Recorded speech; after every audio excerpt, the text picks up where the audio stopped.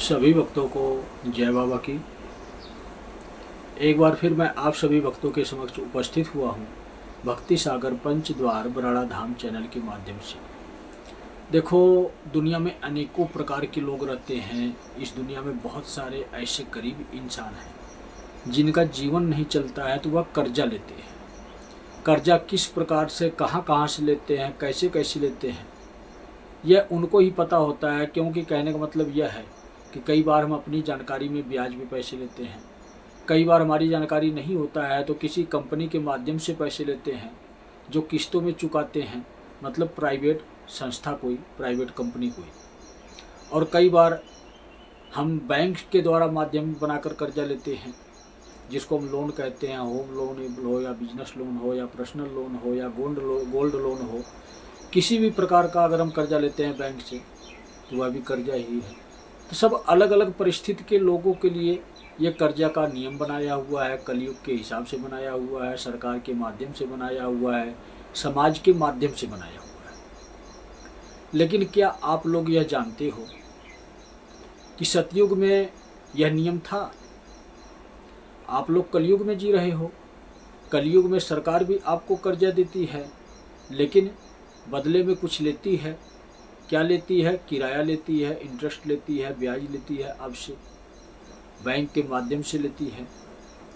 और इसी हिसाब से बैंक को देखकर, बैंक की ही नकल करके लोग आज के समय में प्राइवेट कंपनियां खोलकर बैठ गए हैं, जो मीडियम क्लास के या गरीब लोगों को अपने माया जाल में फंसा रहे हैं, उनको कर्जा दे रहे हैं और उनके जीवन की कमाई को हड़प रहे हैं।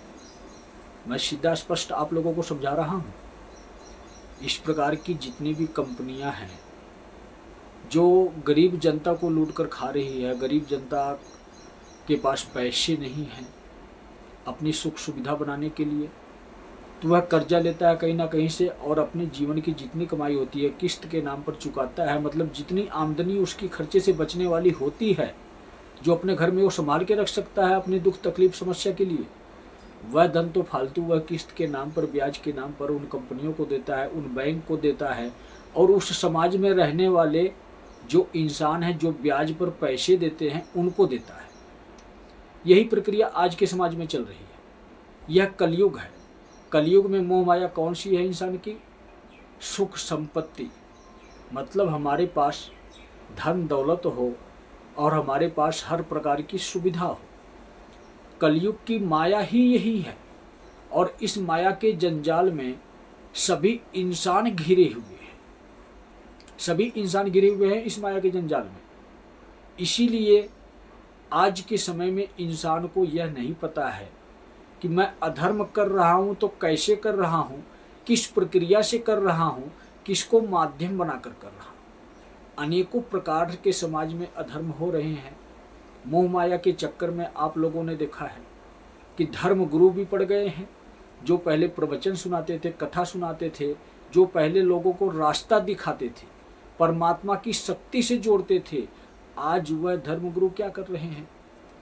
पैसे की माया में ही पढ़कर आज के समय में अपने उस कार्य को एक बिजनेस का, व्यवसाय का एक मार्ग दिखा दिए आप लोगों को कि यह व्यवसाय मैं करके बैठा हूँ। लेकिन आप लोगों को यह नहीं दिखाई दे रहा है। यह बिजनेस और व्यवसाय पता किस इंसान को दिखाई देगा? जो इंसान सत्य के मार्ग पर चलता होगा, जो इंसान स्वयं पर विश्वास रखता होगा, और जो इंसान अपनी स्वयं की शक्ति से परमात्मा को प्रसन्न करके अपने आप अपना सारा कार्य पूर्ण करवाता होगा उस परमात्मा से। मतलब यह है कि सतयुग के इंसान ही इस सोच, इस विचारधारा के हुआ करते थे। इस कलयुग में इस प्रकार के कोई ऐसे इंसान नहीं आपको मिलेंगे। हाँ, परिवर्तन चल रहा है। आज के समय में युग परिवर्तन चल रहा है और यह आज से नहीं चल रहा है। लगभग आप समझ लो कि 27-28 साल से शुरू हो चुका है युग परिवर्तन।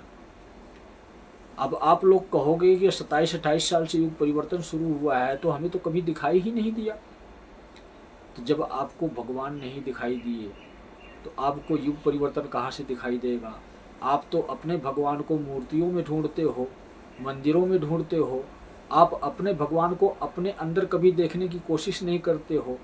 जब आपको अपने भगवान नहीं दिखाई देते हैं तो आपको दुनिया में सिर्फ शैतान दिखाई देते हैं, और शैतान के पास आप जाते हो।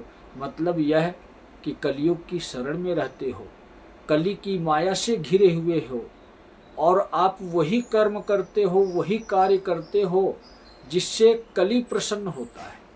आप बुरे कर्म करते हो। हर प्रकार से इस समाज में बुरे कर्म किए जा रहे हैं, हर स्तर पर इस समाज में बुरे कर्म किए जा रहे हैं। चाहे वह कोई नेता मंत्री हो, चाहे कोई पदाधिकारी हो, चाहे कोई सरकारी कर्मचारी हो, चाहे वह कोई पुलिस अधिकारी हो, या समाज में रहने वाला कोई भी धर्म गुरु हो, कथावाचक हो, तांत्रिक हो, झाड़ा झपटा लगाने वाला हो, चौकी दरबार लगाने वाला हो, या समाज में रहने वाले लोग कोई भी इंसान हो, सभी लोग आज के समय में अधर्मी हैं। सभी लोग आज के समय में कलयुग की माया से घिरे हुए हैं, इस मोह माया के जंजाल में घिरे हुए हैं।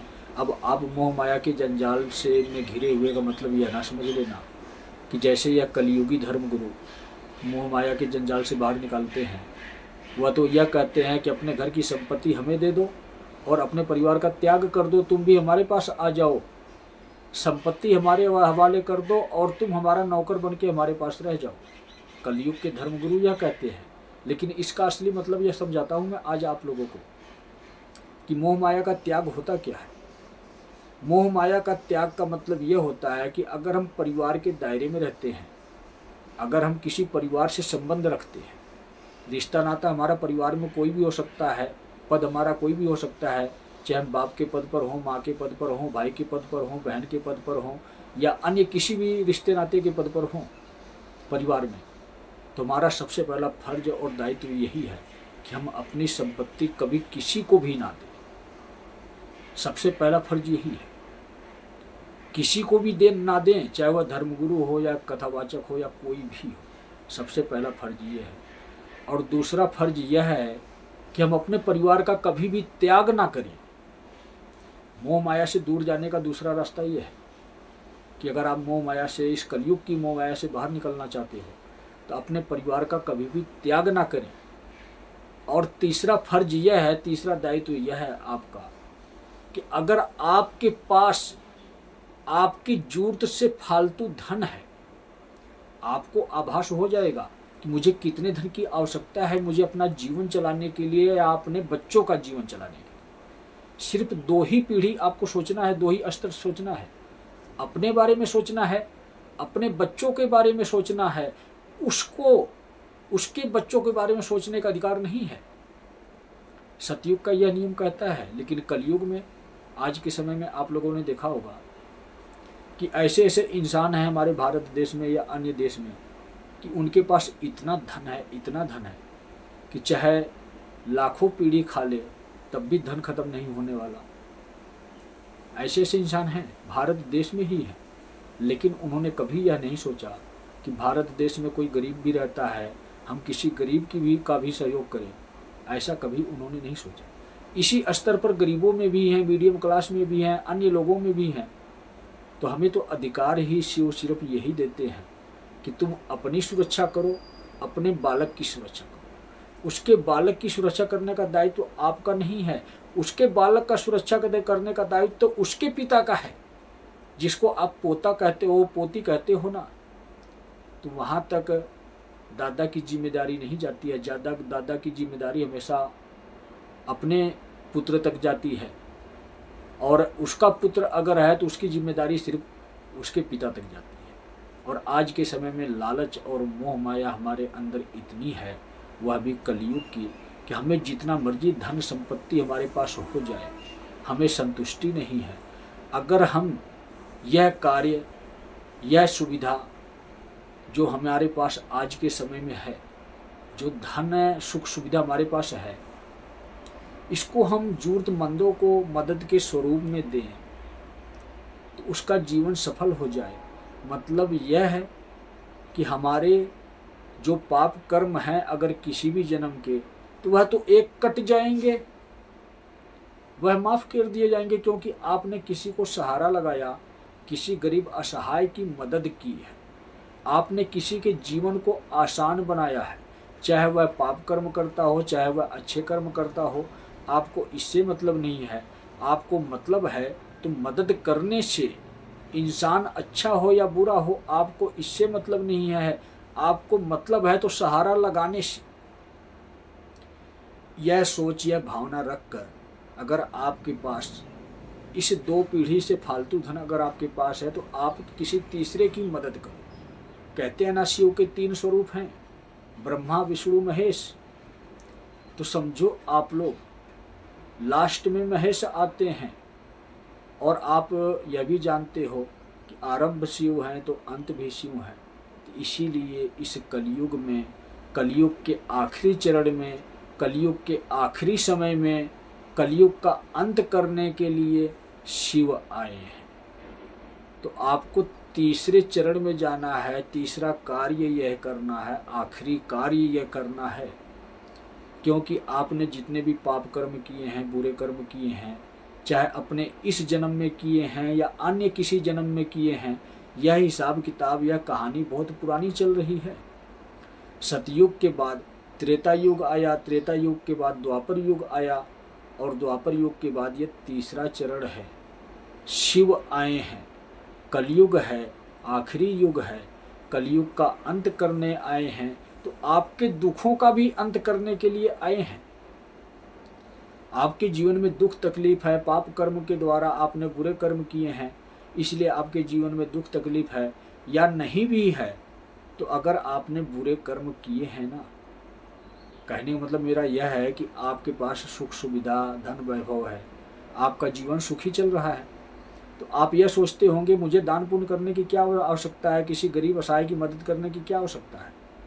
तो आप यह तो समझो कि आपने धन का सही उपयोग नहीं किया, इसलिए आपको अगले जन्म से गरीब बनाया जाएगा, भिखारी बनाया जाएगा, या अन्य किसी भी प्रक्रिया से आपको दंड दिया जाएगा, आपको प्रताड़ित किया जाएगा, आपको उस पैसे का महत्व दिखाया जाएगा, आपको उस धन का महत्व समझाया जाएगा कि जब तेरे पास धन था तो तू यह समझता था कि सब मेरा ही मेरा है, और भी जितना मिल जाए वह सब मेरा ही मेरा है, तो वह सब कुछ छीन लिया जाएगा। इसीलिए इंसान गरीब बनता है, इसीलिए इंसान अमीर बनता है। तो आपके पास धन अगर है, आपका सुखी जीवन चल रहा है, तो आपका जीवन दुखी होने वाला है। वह इसलिए कि आप कलयुग के आधार पर अपना जीवन जी रहे हो, व्यतीत कर रहे हो। आप कलयुग के आधार पर दूसरों के जीवन की कमाई खा रहे हो, किस स्वरूप में? ब्याज के स्वरूप में। और यह स्तर चाहे साधारण इंसान से लेकर चाहे भारत सरकार तक कोई भी हो, जो ब्याज के स्वरूप में खा रहा है। भारत सरकार लोन के स्वरूप में खा रही है ना, तो वह भी गरीबों की ही कमाई खा रही है। और प्राइवेट कंपनियां ब्याज के स्वरूप में गरीबों का ही धन खा रही हैं। और इस समाज में रहने वाले धनी इंसान जो अमीर कहलाते हैं, तो वह भी ब्याज के स्वरूप में गरीबों की ही कमाई खा रहे हैं। वह अपने हक का नहीं ले रहे हैं ब्याज। शिव आए हैं पृथ्वी पर इस कलयुग का अंत करने के लिए। कल्कि बुलाकर लाए हैं, विष्णु जी बुलाकर लाए हैं, क्योंकि विष्णु जी को पता है कि कलयुग में इंसान के अधर्म की सीमा समाप्त हो चुकी है। इंसान इतना बड़ा अधर्मी बन चुका है कि कोई ऐसा इंसान पृथ्वी पर शेष नहीं बचा जो अधर्मी ना हो। जब सारे इंसान अधर्मी बन गए हैं, तो विष्णु जी इन इंसानों को संभालेंगे कि राक्षसों की सेना को संभालेंगे? तो इसलिए विष्णु जी शिव को बुलाकर लाए हैं कि आपने कलयुग बनाया, एक्स्ट्रा युग बनाया। आपके 3 स्वरूप हैं, आपके लिए 3 युग है, सतयुग, त्रेता युग, द्वापर युग। ब्रह्मा विष्णु महेश तीनों स्वरूप के लिए 3 युग है। लेकिन चौथा युग आपने फालतू में बनाया, राक्षसों के लिए बनाया। तो जब राक्षसों के लिए बनाया है तो राक्षसों की ही मनमानी चलेगी। राक्षस ही इंसानों को राक्षस बना रहे हैं। और आज समय ऐसा आ गया है कि इंसान राक्षस बन चुका है। जब यह राक्षस बन चुका है तो मैं इंसानों को बदलूं या राक्षसों की दुनिया समाप्त करूं? आपने ही फालतू काम किया है, एक्स्ट्रा काम किया है, वरदान स्वरूप में कलयुग बनाया, राक्षसों के लिए बनाया, तो आप ही इनका साम्राज्य समाप्त करो।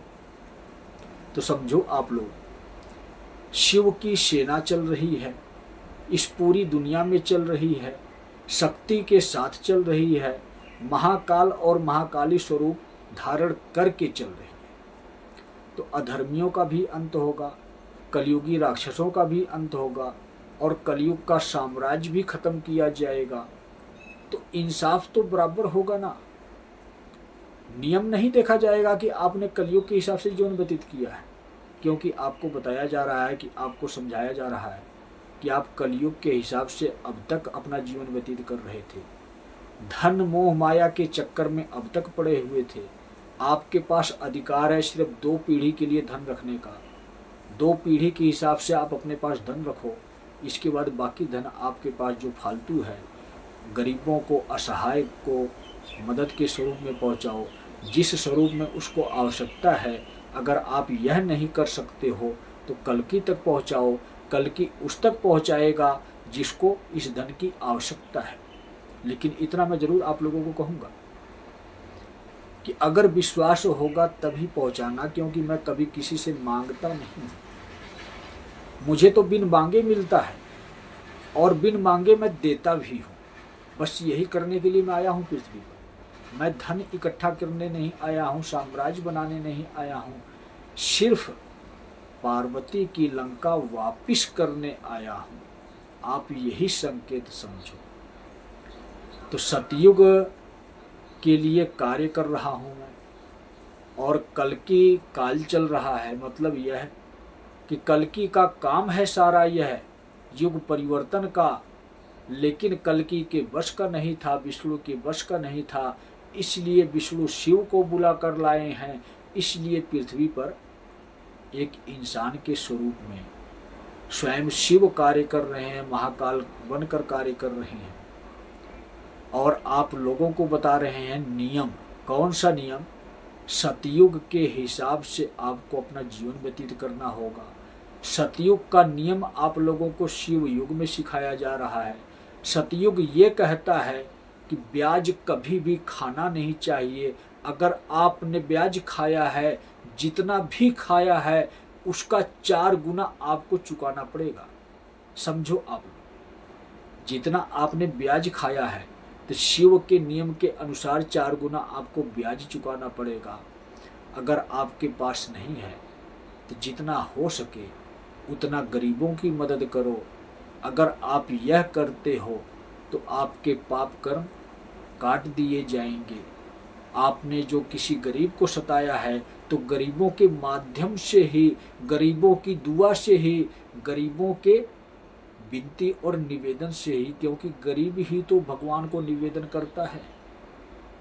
अगर आप किसी गरीब की मदद करते हो तो वह गरीब हमेशा यही कहता है कि भगवान इनका भला करना, भगवान इनकी इच्छाएं पूर्ण करना। तो आप दे नहीं रहे हो, आप ले रहे हो। धन के स्वरूप में या किसी भी वस्तु के स्वरूप में आप किसी को सहयोग दे रहे हो तो आप उस भगवान से ले रहे हो, क्योंकि वह इंसान आपको उस भगवान से और दिलवाएगा। और किस स्वरूप में दिलवाएगा, कैसे दिलवाएगा, यह आपकी समझ में नहीं आएगा। लेकिन समझना चाहते हो तो पहले कर्म तो करो, पहले शिव युग के आधार पर जीवन तो व्यतीत करो। जो मैं बता रहा हूँ, जो मैं समझा रहा हूँ, उस हिसाब से अपना जीवन तो व्यतीत करो। चिंता ना करो, कुछ समय बाद ही ऐसी ऐसी विपदाएं, ऐसी ऐसी परेशानियां आने वाली हैं। अगर आपके नहीं समझ में आ रहा है कि मैं मदद किसको करूं, तो वह भी आपको समझ में आ जाएगा। मैंने सिर्फ आपको यह बताया है कि इंसान अच्छा हो या बुरा हो, यह आपका मैटर नहीं है, यह उस परमात्मा का मैटर है। यह उसकी जिम्मेदारी है कि वह इंसान अच्छा कर्म कर रहा है तो उसको क्या देना है, बुरा कर्म कर रहा है तो क्या देना है। आपको सिर्फ सहयोग इंसान को देना है। अगर वह सामने वाला इंसान अच्छा बुरा जैसा भी है तो यह आपकी सोच, आपकी धारणा नहीं है। वह उस भगवान को सोचना है इसके बारे में, कुछ इंसान के साथ मुझे क्या काम करना है। तो आप सिर्फ सहयोग करें, जरूरतमंदों को सहयोग करें। सिर्फ मैं यही कहूँगा, सिर्फ यही एक आखिरी रास्ता है कि अगर आपने ब्याज का धन किसी से खाया है तो आपके सारे पाप कर्मों को माफ़ किया जाएगा। जो बद्दुआएं लगी हैं गरीबों की, वह आपकी बद्दुआएं गरीब ही हटाएंगे, लेकिन भगवान से कहकर हटाएंगे। वही भगवान को बोलेंगे कि मैंने ब्याज के स्वरूप में इस इंसान को, इस संस्था को, इस सरकार को इतने पैसे दिए हैं, अपने जीवन की कमाई दी है, मुझे मदद नहीं मिली, मुझे ब्लैकमेल किया गया, मैं जरूरतमंद था, इसलिए मजबूरी में मुझे लेना पड़ा और वह इंसान मेरी मजबूरी का फ़ायदा उठाया। तो समझो आप लोग गुनाह बहुत बड़ा है, गलती आपने बहुत बड़ी की है। इस गलती की सज़ा से बचना चाहते हो तो समझ जाओ आप लोग कि आपको क्या करना है, किस प्रक्रिया से कैसे करना है। मैं तो यही कहूँगा कि इस समाज में अपनी जिम्मेदारी स्वयं संभालो। अगर कोई असमर्थ है तो वही मुझ तक मदद पहुँचाए, मैं गरीबों तक मदद पहुँचाऊँगा। अगर आप संपन्न हो, अगर आप तंदुरुस्त हो, अगर आप मदद कर सकते हो जाकर, तो आपको स्वयं करना है मदद गरीबों की, क्योंकि वह समाज में परिस्थिति अब शुरू होने वाली है। इसीलिए यह वीडियो बना रहा हूँ मैं कि ताकि हमारे भारत देश की व्यवस्था ना डगमगाए। सरकार तो डगमगाएगी, सरकार के बस की बात नहीं है कि भारत देश की व्यवस्था संभाल पाए। तो भारत देश को कौन बचाएगा? इस देश की प्रजा ही बचाएगी। उस घोर विपदा में, उस कठिनाई भरे समय में सहारा कौन बनेगा? जो बड़ा होता है वही सहारा बनता है। अगर आप अधर्मी भी हो, तो अगर आप किसी का सहारा बनते हो तो आपके बारे में भी सोचा जाएगा कि आपको पृथ्वी पे ही रखा जाए, लेकिन वैसा कर्म तो करो। जब तक कर्म नहीं करोगे तब तक फल नहीं मिलेगा। कोशिश करोगे तो सब कुछ मिलेगा, जीवन दान भी मिलेगा, जीवन में सफलता भी मिलेगी। अगर कोई निर्धनता आपके जीवन में है तो उसी निर्धनता को दूर करके आपको संपूर्ण बनाया जाएगा, आपको सुख सुविधा प्रदान की जाएगी। कौन करेगा यह? कोई इंसान नहीं करता है, वह भगवान ही करता है। अगर आप गरीब हो, सच्चे इंसान हो, शिव की शरण में हो, तो शिव की कृपा कौन देगा आपको? वह शिव पृथ्वी पर आए हैं, इंसान के स्वरूप में है, स्त्री और पुरुष के स्वरूप में है। और आज एक बार फिर से आप लोगों को नाम बता देता हूँ। संत श्री प्रमोद जी महाराज के स्वरूप में है, संत श्री ऋतु महेश्वरी जी महाराज के स्वरूप में है। इनकी इच्छा से पूरी दुनिया में धर्म की स्थापना की जा रही है और इस दुनिया में से अधर्म को मिटाया जा रहा है। तो जब अधर्म को मिटाया जा रहा है तो आप समझो, आपका तन है, आपने वस्त्र धारण किया है, तो तन जब नष्ट किया जाता है तो वस्त्र का कोई महत्व नहीं होता। तो उसी प्रकार से अधर्मियों को भी मिटाया जाएगा और अधर्मियों के द्वारा बनाई हुई सुख संपत्ति को मिटाया जाएगा। शेष बचेगा तो कौन बचेगा? भगवान का सच्चा भक्त बचेगा। जो सच्चा भक्त होगा तो वही अच्छा भक्त होगा। जब आज आप अच्छे भक्त बनोगे तो आपके पास सब कुछ होगा। समझो आप, और कोई तरीका नहीं है। इस युग परिवर्तन में अगर आप सोचते हो कि मैं किसी भी देवी देवता का मंत्र जाप करूंगा या अन्य किसी भी प्रक्रिया से अपने प्राणों को बचाऊंगा, तो सिर्फ मात्र एक ही रास्ता दिया जा रहा है। शिव पृथ्वी पर आए हैं, इंसान स्वरूप में आए हैं, स्त्री और पुरुष के स्वरूप में आए हैं और नाम उनका हमने आप लोगों को बता दिया, लेकिन काम की पहचान आपको बता देता हूँ। वही स्त्री और पुरुष काल पुरुष और काल रात्रि बन गए हैं, महाकाल और महाकाली बन गए हैं। आप लोग जानते हो, भली भांति जानते हो। शिव ही आरंभ हैं, शिव ही अंत हैं। तो शिव अंत करने आ गए हैं, कलयुग की दुनिया का अंत करने आ गए हैं और इस दुनिया में कलयुगी सुख सुविधा और कलयुगी सारी प्रक्रिया का अंत करने आ गए हैं। जिस प्रक्रिया को कलयुगी इंसान चला रहे हैं, उन इंसानों का भी अंत करने के लिए आ गए हैं। तो समझो आप, यह कोई साधारण काम नहीं चल रहा है। अधर्म को मिटाया जा रहा है। अगर आप अधर्मी हो तो आपको भी मिटाया जाएगा। इच्छा आपकी है कि आप रहना चाहते हो या मरना चाहते हो या अपने जीवन में कुछ करना चाहते हो। अगर अपने जीवन में कुछ करना चाहते हो तो रास्ता आप लोगों को बता देता हूँ। बचने का सिर्फ एक मार्ग है। कोई देवी देवता आपको नहीं बचाएगा, कोई धर्मगुरु आपको नहीं बचाएगा, कोई हिंदू मुस्लिम सिख ईसाई जैन बौद्ध की संस्था आपको नहीं बचाएगी, कोई दरबार आपको नहीं बचाएगा, कोई संस्कार आपको नहीं बचाएगा। संस्कार बचाएगा तो सिर्फ इंसानियत का संस्कार अगर आपके अंदर कूट कूट कर भरा है, अनेकों स्वरूप में भरा है, तो वही आपको बचाएगा। और एक ही नियम का पालन करना होगा। अभी आपको शिव युग में शिव के नियम का पालन करना होगा। जिस प्रकार से शिव एक हैं, पूरी दुनिया को चलाने के लिए एक हैं, लेकिन उन्होंने अपना स्वरूप इस दुनिया वालों को दिखाने के लिए अपना 3 स्वरूप धारण किया, ब्रह्मा विष्णु महेश का। उसी प्रकार से आप लोगों को शिव युग के 3 नियमों का पालन करना होगा। प्रतिदिन शिवलिंग पर जल चढ़ाना होगा, प्रतिदिन ओम नमः शिवाय का जाप करना होगा, और महीने में एक हवन आपको शिव के नाम का करना होगा। मेरे चैनल पर आपको वीडियो मिल जाएगी हवन के तरीके की, जो विधि है, संपूर्ण विधि के नाम से आपको वीडियो मिलेगी। आप देखो, समझो, अपने पाप कर्मों को खुद स्वयं काटो, अपने जीवन को खुद स्वयं सफल बनाओ। अन्य कोई मार्ग नहीं है। चाहे आप किसी का भी नाम जप कर लो, आपको मुक्ति प्रदान हो जाएगी, लेकिन किसी भी मंत्र का जाप कर लो, आपको सुरक्षा प्रदान नहीं होगी। इतना याद रखना।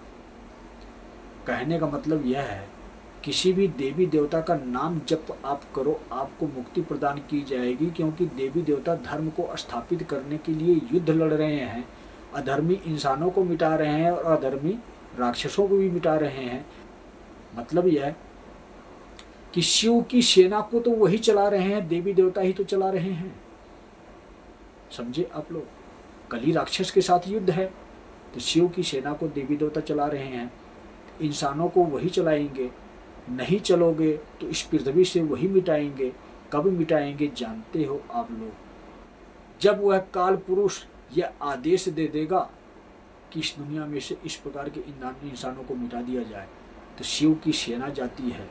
सेना को चलाने वाले यही देवी देवता ही हैं। तो समझो आप लोग, देवी देवता आपको मुक्ति प्रदान करेंगे, नाम जप से प्रदान करेंगे। अगर आप अन्य किसी मंत्र की प्रक्रिया से अपनी सुरक्षा पाना चाहते हो, तो अब आपको सुरक्षा नहीं मिलेगी। मंत्र जाप करोगे तो आपको नुकसान पहुंचेगा। आपके जीवन का अंत की व्यवस्था बनना शुरू होगी। उल्टी प्रक्रिया समाज में शुरू करने जा रहा हूं मैं। 1 मई से शुरू करने जा रहा हूं। किसी भी मंत्र का महत्व नहीं रहेगा, किसी भी तंत्र का महत्व नहीं रहेगा। सिर्फ महत्व रहेगा तो स्वयं का महत्व रहेगा। समझे आप लोग? उद्धार का सिर्फ एक ही मार्ग है, शिव की शरण। शिव की शरण में रहोगे तो आपके जीवन को सुरक्षा प्रदान की जाएगी। और शिव की शरण में रहते हुए अगर आप परोपकार का कार्य करोगे तो आपके पाप कर्मों को जल्दी से जल्दी काटा जाएगा।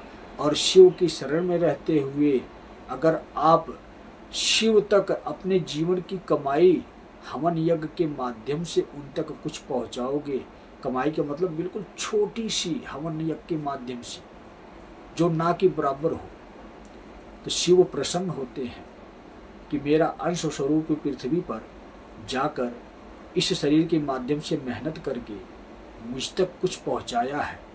जैसे आपके माँ बाप हैं, अपने माँ बाप की सेवा आप करते हो तो आपके माँ बाप प्रसन्न होते हैं ना। यह शिव की सेवा है, हवन यज्ञ की प्रक्रिया।